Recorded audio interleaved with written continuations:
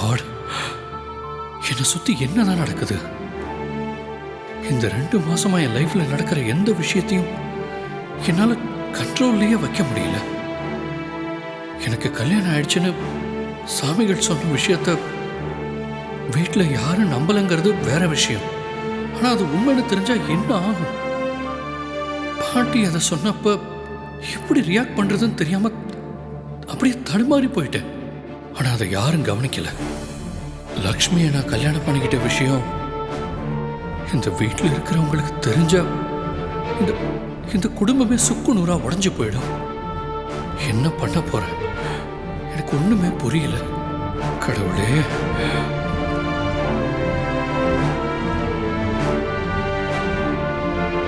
திரு,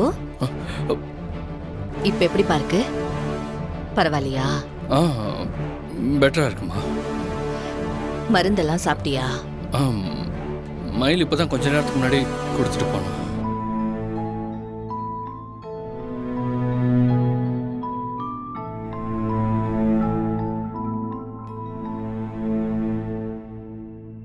திரு, நான் இப்ப கேட்க போற விஷயத்த கேட்டு என்னடா அம்மா இப்படி கேட்டுட்டாளேன்னு நீ தப்பா நினைக்க கூடாது. அம்மா, என்ன பேசுறீங்க? நான் உங்களை எதுக்குமா தப்பா நினைக்க போறேன்? நீங்க எப்ப வேணாலும் என்ன வேணாலும் கேட்கலாம். இந்த உலகத்துல உங்களை தவிர வேற யாருக்கு அந்த உரிமை இருக்கு?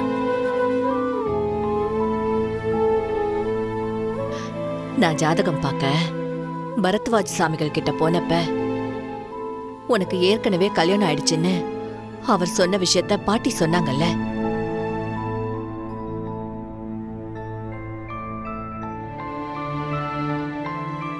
அப்படி எதுவும் நடக்கல திரு?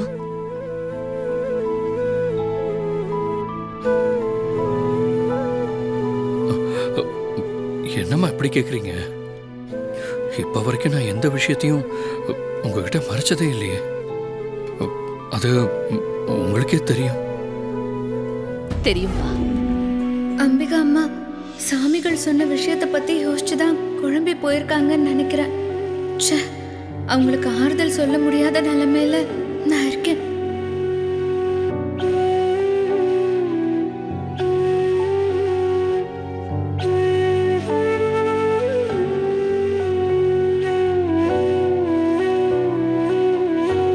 அம்மா,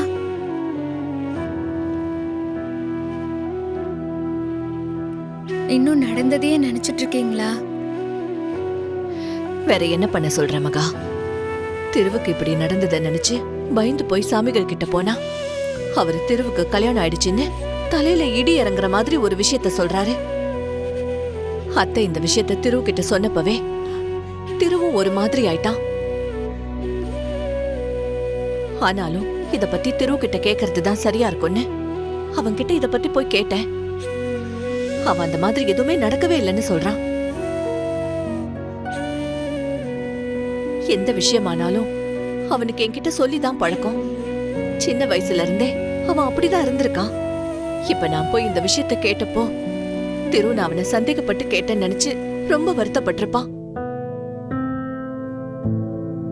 எனக்கு ஒண்ணுமே புரியல மகா. கல்யாணமே நடக்காம எப்படி அவர் சொன்ன பூஜையை நான் பண்ண முடியும்?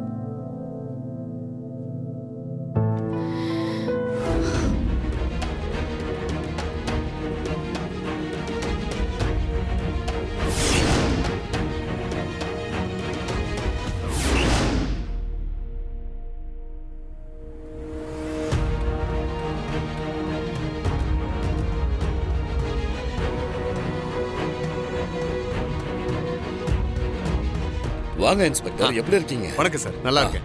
டீ காஃபி ஏதாவது சாப்பிடுறீங்களா? இல்ல சார், பரவாயில்ல சார். இல்ல சாப்பிட்டே ஆகணும். ஏன்பா ஏதாவது கொண்டு வா சார், சாப்பிடு. தம்பி, நான் சாப்பிட்டேன், பரவாயில்ல சார்.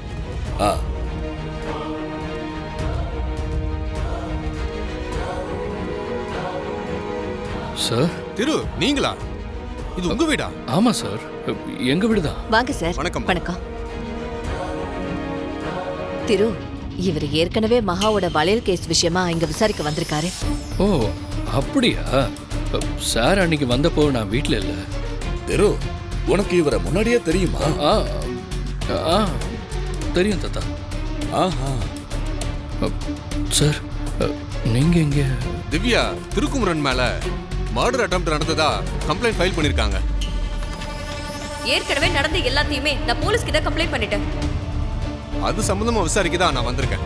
ஓ அப்படியா? அந்த தெரு நீங்க தானே இங்க வந்ததுக்கு அப்புறம் தான் எனக்கு தெரியுது. எங்க லக்ஷ்மியை பத்தின விஷயத்த எல்லார் முன்னாடியும் பேசிடுவீங்களோன்னு ரொம்ப டென்ஷனா இருந்தேன் சார். அது எப்படி சார் எல்லாரும் முன்னாடியும் பேசுவேன்? நீங்க தான் நடந்த எல்லா விஷயத்தையும் என்கிட்ட முன்னாடியே சொல்லிட்டீங்களே. ஆ, லக்ஷ்மியை பத்தி ஏதாவது தகவல் தெரிஞ்சதா? இப்போ வரைக்கும் எந்த இன்ஃபர்மேஷனும் கிடைக்கல. அதுக்கப்புறம் நீங்களும் லக்ஷ்மி பார்க்கலையா சார்? பார்த்தேன் சார். ஆனா அப்பவும் அதே மாதிரி தான் நடந்துச்சு. நான் பேசலாம்னு நினைக்கிறதுக்குள்ள அவ காணாம போயிட்டா. சார் கம்ப்ளைண்ட் கொடுத்த திவ்யாவை தான் நீங்க கல்யாணம் முடிக்க போறதா சொன்னீங்க. ஆமா சார். ஆனா லக்ஷ்மிக்கு ஒரு நல்ல வாழ்க்கை அமையணும்னு நினைக்கிறேன். அதுக்காக தான் தேடிக்கிட்டு இருக்கேன். ஆனா அதெல்லாம் புரிஞ்சுக்காம லக்ஷ்மி என்னை பார்த்தாலே ஓடி போயிடுறா. அது என்னால புரிஞ்சுக்க முடியுது சார். கண்டிப்பா லக்ஷ்மி பத்தின தகவல் தெரிஞ்சா உடனே நான் உங்களுக்கு இன்ஃபர்மேஷன் கொடுக்குறேன் சார்.